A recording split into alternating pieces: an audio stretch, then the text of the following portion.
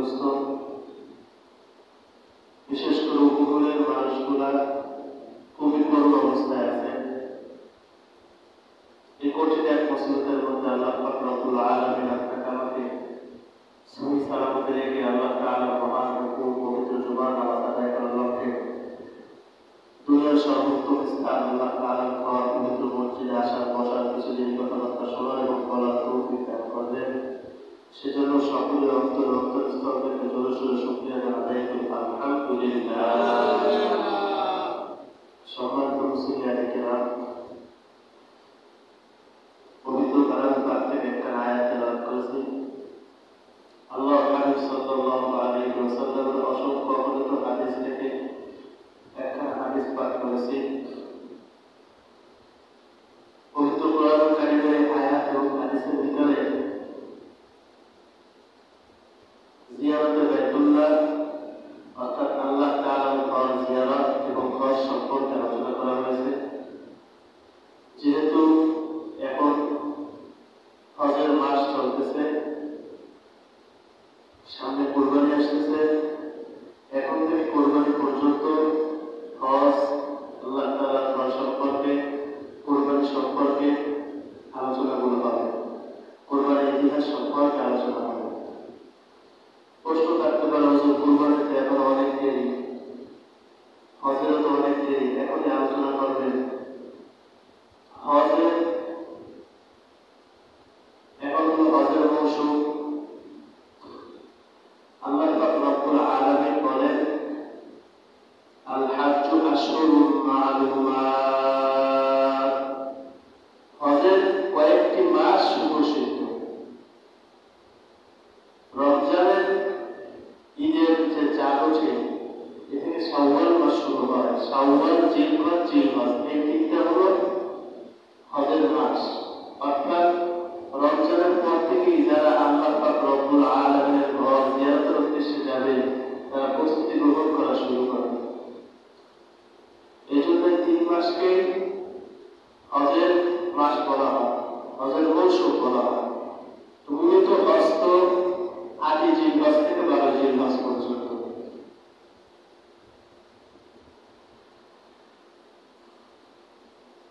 আল্লাহ পাক রব্বুল আলামিন বলেন, আল হাজ্জু আশহুরুম মা'লুমাত, হজের কয়েকটি মাস সুঘোষিত।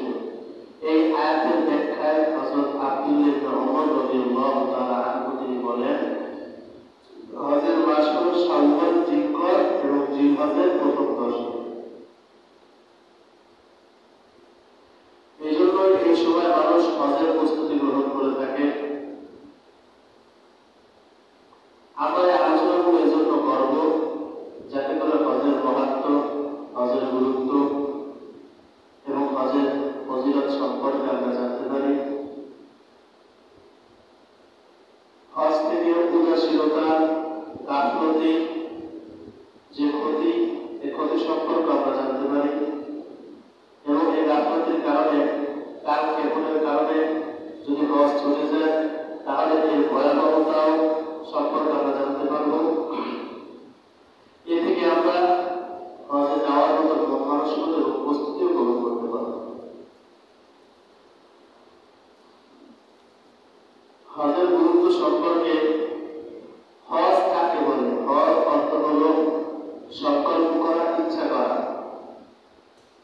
পরিভাষায় হজ বলা হয় নির্দিষ্ট মাসে, নির্দিষ্ট দিনে, নির্দিষ্ট সময়ে, নির্দিষ্ট স্থানে কতগুলো কাজ শরীয়তের নিয়ম অনুযায়ী করাকে হজ বলা হয়। নির্দিষ্ট মাসে বলতে জিলহজ মাস, নির্দিষ্ট দিনে অর্থাৎ 8 জিলহজ থেকে 12 জিলহজ পর্যন্ত, নির্দিষ্ট সময়ে এই 8 জিলহজ থেকে 12 জিলহজ পর্যন্ত নির্দিষ্ট কিছু সময় আছে। আরাফার ময়দানে কতক্ষণ অবস্থান করতে হবে, মিনায় কতক্ষণ অবস্থান করতে হবে, শয়তানকে পাথর মারতে হবে, কখন পাথর মারতে হবে, কখন গরম করতে হবে, কখন ছাই করতে হবে, নির্দিষ্ট আলাদা আলাদা প্রত্যেকটা সময় আছে। নির্দিষ্ট স্থানে হজ পালন করার জন্য নির্দিষ্ট কিছু স্থান আছে, যেমন আরাফায় অবস্থান করা, মিনায় যাওয়া,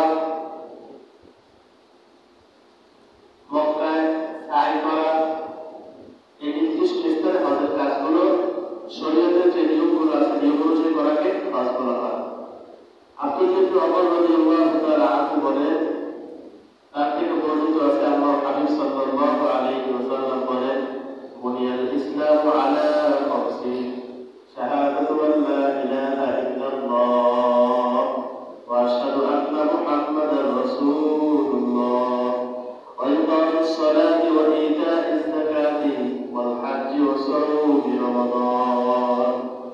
আমরা সবাই জানি ইসলামের ভিত্তি পাঁচটি থেকে শুরু করে। ইসলামের মূল বুনিয়াদ হলো পাঁচটি থেকে শুরু করে, অর্থাৎ ইসলাম এই পাঁচটা খুঁটির উপরেই স্থাপিত। এই পাঁচটা জিনিস যদি একটা কমতি থাকে তাহলে ইসলাম থাকে না। এর ভিতরে একটা মূল একটা স্তম্ভ হলো হজ। ইসলামের এই পাঁচটা ভিত্তিকে আবার দুইভাবে বিভক্ত করা হয়েছে।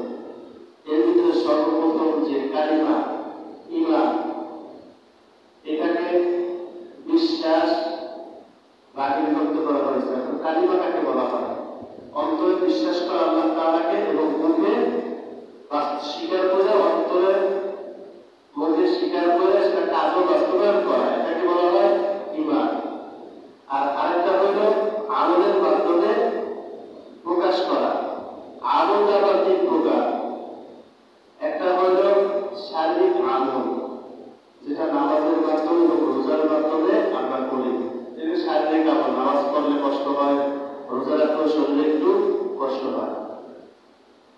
দুই নম্বরে হলো আর্থিক আমল, যেটাকে যাকাত। যাকাত হইল খরচ, যাকাত দেওয়ার জন্য টাকা পয়সা অর্থের দরকার হয়। আর তিন নম্বর হইল শরীর এবং অর্থ উভয়টার সমন্বয় আমল, উভয়টার সমন্বয় ইবাদত, সেটা হলো হজ। যেহেতু শরীর এবং অর্থ উভয়টার সমন্বয় এই হজে যাওয়ার আগে উভয়খানে কষ্ট হয়, এজন্য হজের গুরুত্ব অনেক বেশি এবং এর ফজিলত অনেক বেশি। হজ এত গুরুত্বপূর্ণ হওয়ার কারণ কি? আপনারা যদি নামাজ কোনো কারণে কাজা হয়, সে কাজা কিন্তু আপনি মাত্র সময় ছাড়া যখন ইচ্ছা তখন আপনি আদায় করতে পারবো কি পারবো না? মাত্র সময় ছাড়া অন্য সময় নামাজে কাজা করা যাবে না, কাজা করা যাবে না, কাজা করা যাবে। কিন্তু হজের কাজা হজের মাস ছাড়া করতে পারবে? হজের কাজা হজের মাস ছাড়া, হজের সময় ছাড়া করা যাবে না। এই জন্য আমাদের চাইতে দেখা যায় হজের গুরুত্ব বেশি, কিন্তু নামাজের গুরুত্ব কিন্তু কম না।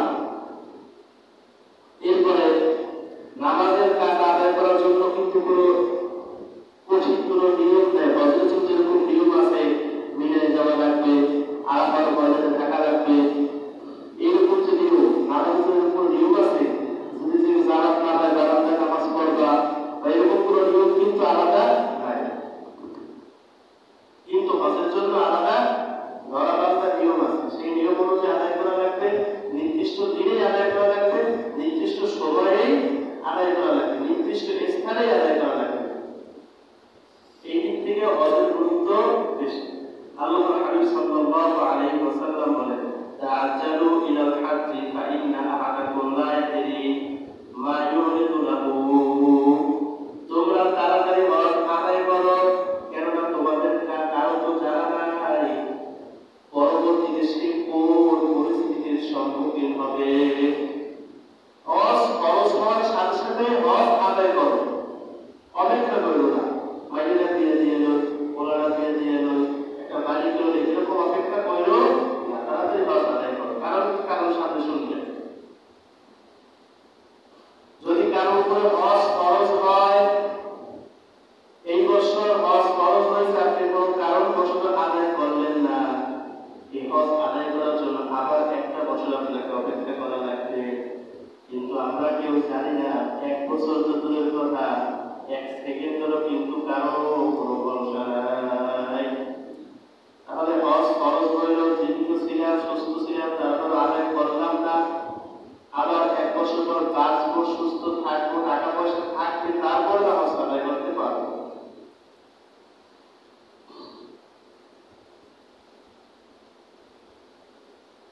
দেখা গেছে কোনো কারণবশত কারো যদি টাকা পয়সা শেষ হয়ে গেল,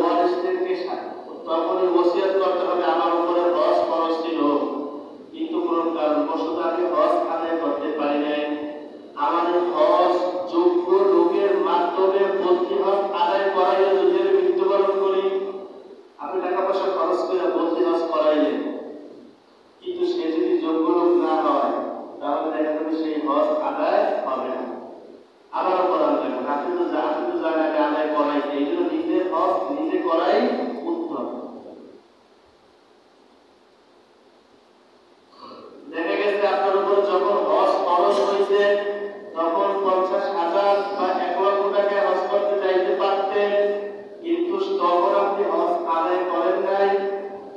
কিন্তু এখন প্রায় 5 লাখ 6 লাখ 6.5 লাখের মতন টাকা লাগে।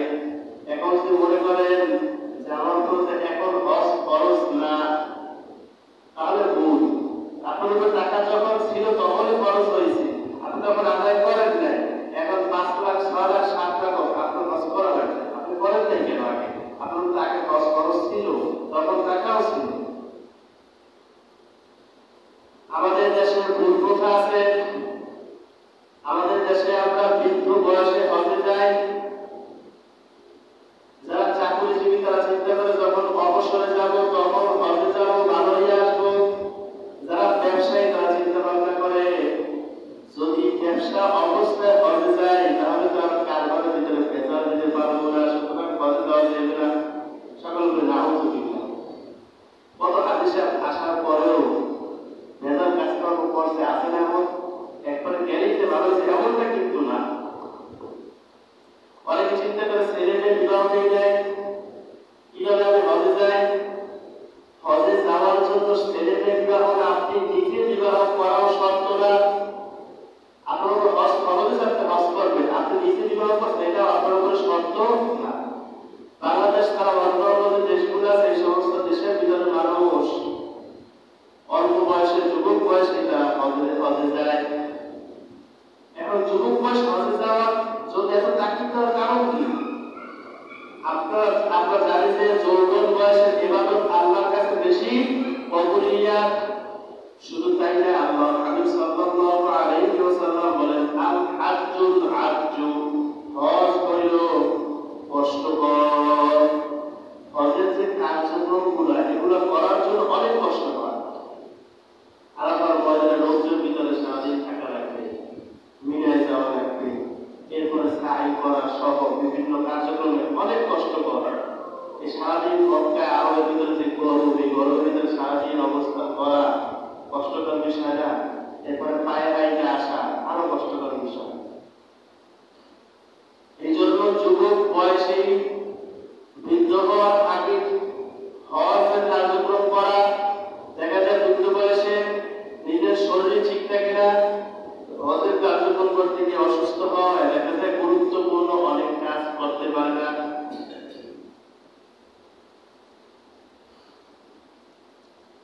এখন যাদের উপরে পূর্বে হজ খরচ হয়েছে কিন্তু হজে যাইতে পারি নাই, তাদেরকে তো ফালাই তো দেওয়া যাবে না, ফালাই দেওয়া যায়নি।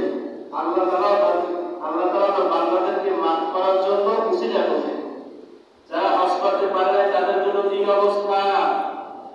একটা হইল এখনই হজে যাওয়ার ব্যবস্থা গ্রহণ করা, যদি সম্ভব না হয় তাহলে আগামী বছর যাব, এইরকম প্ল্যান প্রোগ্রাম এখন থেকে করা, আগামী বছর ইনশাআল্লাহ হজে যাব। আল্লাহ তাআলা আমাদের সবাইকে কবুল করুন বলে আমিন। আল্লাহ তাআলা পারেন আমাদের সবাইকে একসাথে যেতে, আল্লাহ তাআলা কবুল করুন বলে আমিন। আর 3 নম্বর হইল ওয়ারিসদেরকে এখন ওসিয়ত করে রাখা। আমার উপর হজ খরচ ছিল, যদি আমি মৃত্যুবরণ করি তাহলে আমার পক্ষ থেকে প্রতি হজ যোগ্য লোকদের মাধ্যমে করাইয়া দিবা। তাহলে হয়তো আপনি আর আমি এই হজের গুনাহ থেকে, যার জন্য খরচ হয়েছিল করি নেই, গুনাহ থেকে হয়তো বাঁচার কোন একটা পথ বের করা যাবে, এছাড়া কোনো পথ আর নাই।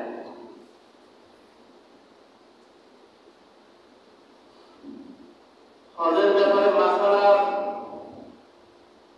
ওয়ারিসদের জন্য যদি কেউ ওসিয়ত করে যায়, আমার সম্পদ থেকে আমার মৃত্যুর পরে অমুক কাজ তোমরা করবা, আসলে সন্তানকে ওসিয়ত করে যায়, আমার টাকা দিয়ে তোমরা মাদ্রাসায় গরু দিবা, আমার টাকা দিয়ে প্রতি বছর কোরবানি করবা, এরকম ওসিয়ত করে যায় অনেকে। মাসালা খেয়াল রাখবো,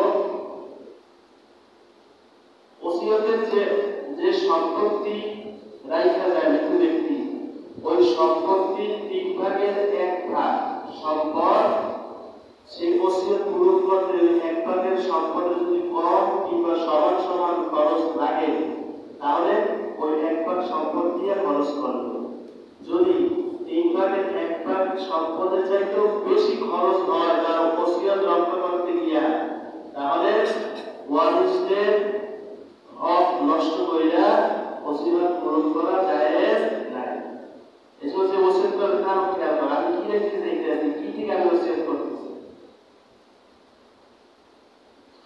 জন্য 3 ভাগের সব সম্পদ 3 ভাগ করবে, 3 ভাগের 1 ভাগ থেকে যদি সম্ভব হয় তাহলে সেই ওসিয়ত পূরণ করবে, নাহলে করবে কিভাবে? ওয়ারিসদের নষ্ট হক নষ্ট করা যাবে। এই জন্য সম্পদশালী পিতামাতার সন্তানদের জন্য কর্তব্য হলো, যদি বাবা মার উপর হজ ফরজ হয়ে থাকে তারা হজ করে না যেতে পারে, আদর্শ সন্তানের কর্তব্য হলো বাবা মায়ের নামে বদলি হজ করানো। কারণ মানুষ মৃত্যুর পরে তাদের অন্তর্চক্ষু খুলে যায়, তখন কবরে বসে আফসোস করতে থাকে আর ডাক দিয়ে বলতে থাকে তুতাঙ্গা গাছটাই আজ মানে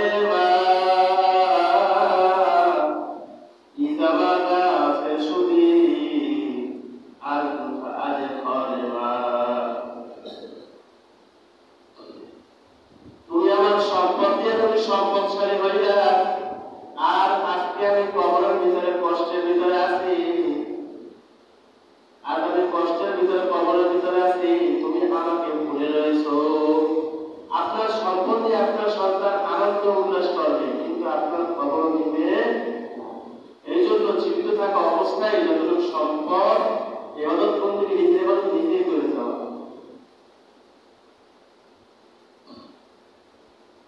এই জন্য আদর্শ সরকারের কর্তব্য হইল বাবা মার ধন সম্পদ রেখে গেলে সেই ধন সম্পদ থেকে তাদের জন্য বদলি হজ ফরজ হয়ে থাকবে, বদলি হজ করানো। বাবা মায়ের সম্পদ থেকে মাঝে মাঝে তাদের নামে দান খয়রাত করানো, দোয়া দুরূদ করানো, তাদের নামে কিছু দান খয়রাত করা। অনেক সন্তান আছে বাপমার খবর না, বছরে একবার একটু দোয়া করে কোনো রকম একদিন দেড়দিন জেলা থেকে আর সারা বছর কোনো খবরও। অনেকে বাবা মায়ের খবরও চেনে না, বাবা মায়ের খবর পেতে একটু জেরা করে তাও করে, অথচ মৃত্যুর পরে তারা সন্তানের দিকে তাকিয়ে থাকে আমাদের জন্য কিন্তু সব পাঠাও, আমরা কবরে খুব কষ্ট। আমরা কেউ জানি আমাদের যাদের বাবা মা নাই তারা কবরে কি অবস্থায় আছে আমরা কেউ জানি, কেউ জানি সুখে আছে না কষ্টে। এই জন্য সব সময় দোয়া করা, যদি তারা ভালো থাকে, ভালো তো কোনো শেষ নেই, শেষ আছে, আমরা দোয়া করি আল্লাহর কাছে আরো ভালো লাগে। এই জন্য দোয়ায় কোনো কমতি করতে নেই, সবচেয়ে কিপটা হলো ওই ব্যক্তি যে দোয়ার ভিতরে কমতি করে। এই জন্য বেশি বেশি দোয়া করা, এমন না যে দোয়া তো করে কবুল হয় না, কবুল হয় না হয়তো আপনার আমার আমলের কারণে হয় না, তাই বলে দোয়া তো ছাড়া যাবে না, দোয়া করতে হবে সবসময়। বলা তো যায় আল্লাহ তাআলা কখন কার রহমতের দরজায় রহমতের দরিয়ায় জোশ আসে, কখন আল্লাহ তাআলা মাফ করে বলা যায় না। মানুষ হজে যাওয়ার কারণে মানুষের পরকালের কথা স্মরণ হয়, মানুষ যখন হজে যায় তখন মানুষের আখিরাতের কথা স্মরণ হয়। সবার শরীরের ভিতরে এক রকমের সাদা কাপড় থাকে, সবার শরীরের ভিতরে এক রঙের কাপড়, পরনের এক রঙের কাপড়। কারো ভিতরে কোনো অহংকার নাই, কারো ভিতরে কোনো অহমিকা নাই, কারো ভিতরে কোনো জমিদারি নাই, কারো ভিতরে কোনো রাজা প্রজাকে সাদাকে, কারো ভিতরে এখন কোনো অহংকার নাই। সবার মুখের ভিতরে শুধু একটাই বলি লাব্বাইক আল্লাহুম্মা লাব্বাইক, লাব্বাইক লা শারীকা লাক লাব্বাইক, ইন্নাল হামদা ওয়ান নি'মাতা লাকা ওয়াল মুলক। সবাই মুখের ভিতরে একটাই বলি, সবাই বলতে থাকে আল্লাহ আমি হাজির, তোমার বান্দা তোমার দরবার হাজির, তোমার কোনো শরীক নাই, তোমার বান্দা হাজির। আল্লাহ নিশ্চয় সমস্ত প্রশংসা সমস্ত নিয়ামত তোমারই, আর রাজত্ব ও আধিপত্য সব তোমারই, তোমার কোনো শরীক নাই, বান্দা তোমার দরবার হাজির। কেমন জানি পাগলের মতন শুধু মাওলাকে ডাকে আর পাগলের মতন হজের কার্যক্রম করতে থাকে। মাথায় কোনো কাপড় নাই, সবার মাথা খালি, শরীরে একটা সাদা কাপড় পরে আর পরনে একটা সাদা কাপড়। সবাই যেন এখন মৃত ব্যক্তির মতন মুদ্রা কাপড় পরছি, কাপড়ের মতন পরছি। এখন কোন বরত্ব আছে, রাজা কে গরিব কে প্রজা কোনো পার্থক্য আছে ভেদাভেদ আছে? এখন শুধু আল্লাহ তাআলাকে ডাকতে থাকে লাব্বাইক আল্লাহুম্মা লাব্বাইক।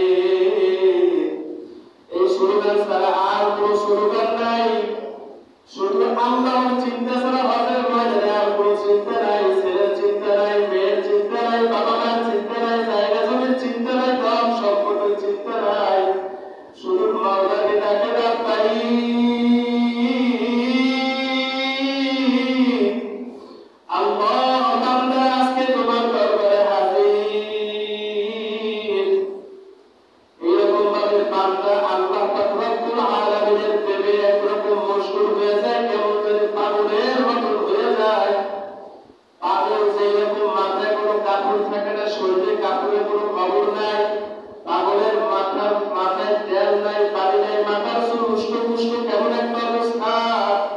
হজের ভিতরে হাজির সাহেব ঠিক একই অবস্থা, পাগলের মতন, পায়ে কোনো ভালো জুতা নাই, এমন জুতা পায়ে দিবে যে জুতার পায়ের উপরে হাতি থাকবে না, জমিদারা তো পড়াটা গরিব মানুষই তো পড়ে, ঠিক না? তারা একবার পুরো পাগলের মতন না, দুনিয়ার কোনো চিন্তা নাই, শুধু আমার মাওলা আমার মাওলা। এইরকম ভাবে যখন একমাত্র আল্লাহর উদ্দেশ্যে আল্লাহ তাআলাকে বারবার ডাকতে থাকে, আল্লাহ পাক রব্বুল আলামিন বান্দার অন্তরের খবর জানে কি জানে না? যখন দেখে বান্দা একদম আমার পেলে পাগল হয়ে পাগলের মতন দৌড়াইতে আছে, আমার বান্দা সাফা মারওয়ায় দৌড়ায়, আমার বান্দা মিনায় দৌড়ায়, আমার বান্দা আরাফার ময়দানে যায়, আমার বান্দা আমার ঘরে থেকে তাওয়াফ করতে আছে, আমার মাওলা তখন আমার মাওলা বান্দার প্রতি খুশি হইয়া বান্দাকে মাফ করিয়া দেয়। সকল বলে সুবহানাল্লাহ। এই হজে যাওয়ার সবাই দরকার আছে না নাই? আল্লাহর প্রিয় বান্দা হইতে মনে চায় কি চায় না? সবাই মনে চায়। হজ কখন থেকে শুরু হয়? আদম আলাইহিস সালাতু ওয়াস সালাম থেকে হজ শুরু হয়েছে, কিন্তু যুগে যুগে বিভিন্ন কারণে আল্লাহ পাক রব্বুল আলামিনের এই কাবা ঘর বিভিন্ন কারণে নষ্ট হয়ে গেছিল। এরপরে আবার সেটাকে আবার সুন্দরভাবে সেটাকে আবার সাজানো হয়েছে। সর্বশেষ নূহ আলাইহিস সালাতু ওয়াস সালামের মহাপ্লাবনের সময় বিধ্বস্ত হয়ে গেছে। এরপর আল্লাহ পাক রব্বুল আলামিন জিবরাইল আলাইহিস সালাতু ওয়াস সালামের মাধ্যমে এই ঘরকে আবার তৈরি করার নির্দেশ দিয়েছেন। ইব্রাহিম আলাইহিস সালাতু ওয়াস সালামের কাবা ঘর আবার নির্মাণ করবেন। আল্লাহ পাক রব্বুল আলামিন এখন আদেশ করতেছেন, আবার খলিল তুমি মানুষদেরকে ঘোষণা করে দাও, ওয়াযিন ফিন নাস বিল হাজ্জি ইয়াতুকা রিজালান ওয়া আলা কুল্লি যামিরিন ইয়াতিনা মিন কুল্লি ফাজ্জিন আযীম। আবার খলিল আপনি সমাজের হজের ঘোষণা করিয়া দেন, তারা পদব্রজে দুর্গম পুষ্টিতে কইরা তারা দূর দূরান্ত থেকে আমার ঘরে এসে হাজির হবে। সকল বলে সুবহানাল্লাহ। ইব্রাহিম আলাইহিস সালাতু ওয়াস সালাম আল্লাহ এই দুর্গান্তরে কোনো মানুষ নাই, কেউ নাই, কে আমার এই ডাক শুনবে? আল্লাহ পাক রব্বুল আলামিন বলে, ইব্রাহিম তুমি তোমার কাজ ঘোষণা করিয়া দাও। ইব্রাহিম আলাইহিস সালাতু ওয়াস সালাম মাকামে ইব্রাহিমে দাঁড়াইয়া, কোন বর্ণনায় আছে জাবালে কুবাইসের উপরে দাঁড়াইয়া তিনি কানের ভিতরে আঙ্গুল দিয়া ডানে ফিরা বামে ফিরা পূর্ব দিকে গিয়া পশ্চিম দিকে ফিরা তারপরে তিনি মানুষদেরকে ডাক দিতেছেন। তিনি বারবার ঘোষণা করলেন, তাফসীরে কাসিরের ভিতরে আছে যখন তিনি ঘোষণা করলেন, আল্লাহ পাক রব্বুল আলামিন আকাশে বাতাসের মাধ্যমে প্রত্যেকটা মানুষের কানে কানে আওয়াজ পৌঁছে দেন। সকলে বলি সুবহানাল্লাহ। শুধু জীবিত মানুষ না, আলেমে আরওয়াহ অর্থাৎ যেখানে রূহ থাকে, দুনিয়ার সৃষ্টি থেকে কিয়ামত পর্যন্ত যত মানুষ আসবে সবার কানের ভিতরে পৌঁছে দিয়েছেন। সকলে বলি সুবহানাল্লাহ। এই ডাকে যারা লাভদায়ক বলে সাড়া দিছে তারা সবাই আল্লাহর ঘরে যাইতে পারবে। সকলে বলি সুবহানাল্লাহ। সকলে আল্লাহ তাআলা আমাদেরকে কবুল করুন। সকলে বলি আমিন। যে কয়বার সাড়া দিছে লাভদায়ক বলছে সেই কয়বার আল্লাহর ঘরে যাইতে পারবে। সুবহানাল্লাহ। কেউ যদি 20 বার সাড়া দিয়ে থাকে সে 20 বার যাইবে। সকলে বলি সুবহানাল্লাহ। আল্লাহ তাআলা আমাদের সবাইকে কবুল করুন। সকলে বলি আমিন। হযরত ফজিলত কি আল্লাহ হাবিব সাল্লাল্লাহু আলাইহি ওয়াসাল্লাম মান হাজ্জা ফালাম ইয়ারফুস ওয়া লাম ইয়াসুক ওয়া জাআ ইয়াউমিন ওয়ালাতুহু উম্মুহু ওয়ালাদাতুহু উম্মুহু। আল্লাহর সন্তুষ্টির জন্য যে ব্যক্তি হজ করবে আর হজ সমাপন অবস্থায় স্ত্রী সন্তান থেকে বিরত থাকলো, গুনাহের কাজ থেকেও বিরত থাকলো, সে যেন হজ থেকে এমন ভাবে আসলো সে যেন নবজাত শিশুর মতো শর্ত ভূমিষ্ঠ হয়েছে। সকলে বলি সুবহানাল্লাহ। নিজের গুনাহ মাফ করার জন্য হজে যাওয়া উচিত। নিয়ত করতে পারবেন ইনশাআল্লাহ। কবুল করার মালিক কে? আল্লাহ। আল্লাহ সুবহানাহু হাজ্জুল মাবরুর লাইসা লাহু জাযাউন ইল্লাল জান্নাহ। কবুল হজের বদলা হলো একমাত্র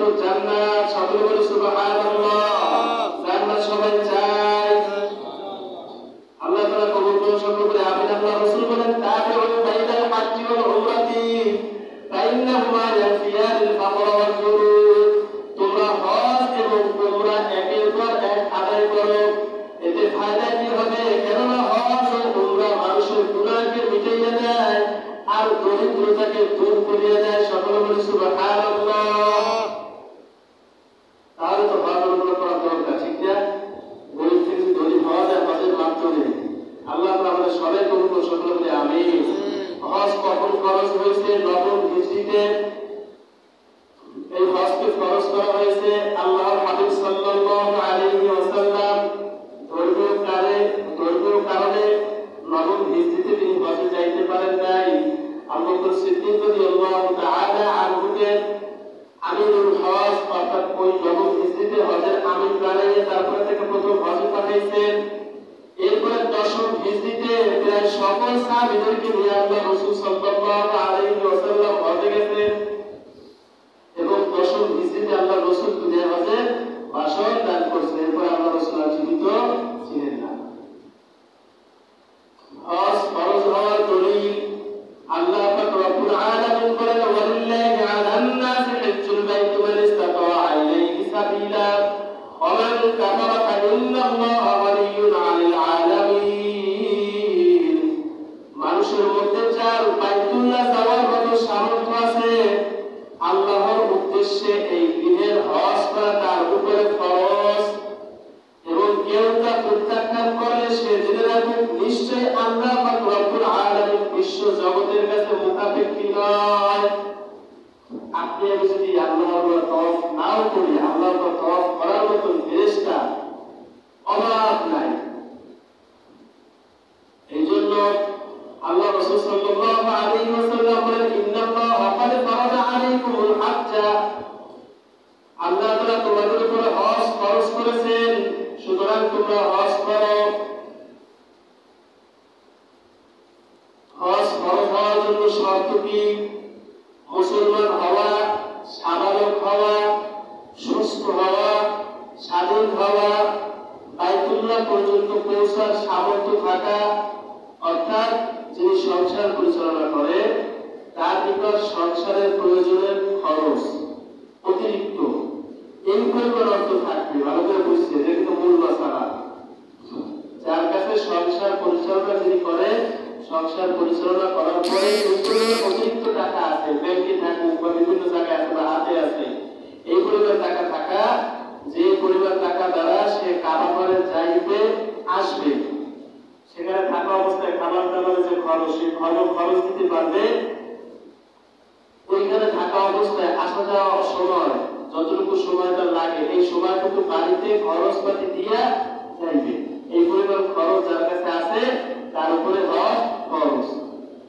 আর জাগরটা আগেই টাকা ছিল, ব্যাংকে তুলে দিয়েছে, এখন কিন্তু আগেই খরচ হয়েছে। এখানে বর্তমানে চিন্তা করে কিন্তু হজ তাকে না করলে না কিন্তু। এরপরে মহিলাদের জন্য আরো কিছু বাড়তি শর্ত আছে। মাহরাম থাকা, তার সাথে মাহরাম থাকা এবং রাস্তা নিরাপদ হওয়া। এই সামর্থ্য থাকা সত্ত্বেও যে ব্যক্তি হজ করবে না, তার ব্যাপারে আল্লাহ রাসূল বলেন মান মালাকা যাদান ওয়ারাবিদাতান তুবাল্লিগু ইলা বাইতিল্লাহ ওয়া লাম ইয়াহুজ্জা ফালা আলাইহি আন ইয়ামুতা ইয়াহুদিয়্যা ওয়া লা নাসরানিয়্যা। পথের খরচ ও বাইতুল্লাহ পৌঁছানোর খরচ থাকা সত্ত্বেও যে ব্যক্তি হজ করবে না, সে ব্যক্তি ইহুদি বা নাসারা হয়ে মৃত্যুবরণ করা, এটা কোনো বড় কথা নয়। অর্থাৎ সে ইহুদি নাসারা হয়ে মৃত্যুবরণও করতে পারে। সকলে বলে নাউযুবিল্লাহ। এই জন্য হজে যাওয়ার জন্য আল্লাহ পাক রব্বুল আলামিন আমাদের সবাইকে তৌফিক দান করুন। সকলে বলে আমিন। হজের পরে আছে মদিনায় জিয়ারত। এই মদিনায় জিয়ারতটা অনেক জরুরি। আল্লাহ পাক রব্বুল আলামিন আমাদেরকে আল্লাহ তাআলার ঘর বাইতুল্লাহ যাওয়া, আল্লাহ রাসূল সাল্লাল্লাহু আলাইহি ওয়াসাল্লামের রওজা মুবারক জিয়ারত করে এর দ্বারা ফজিলত অর্জন করে আমাদের সকলকে তৌফিক দান করুন।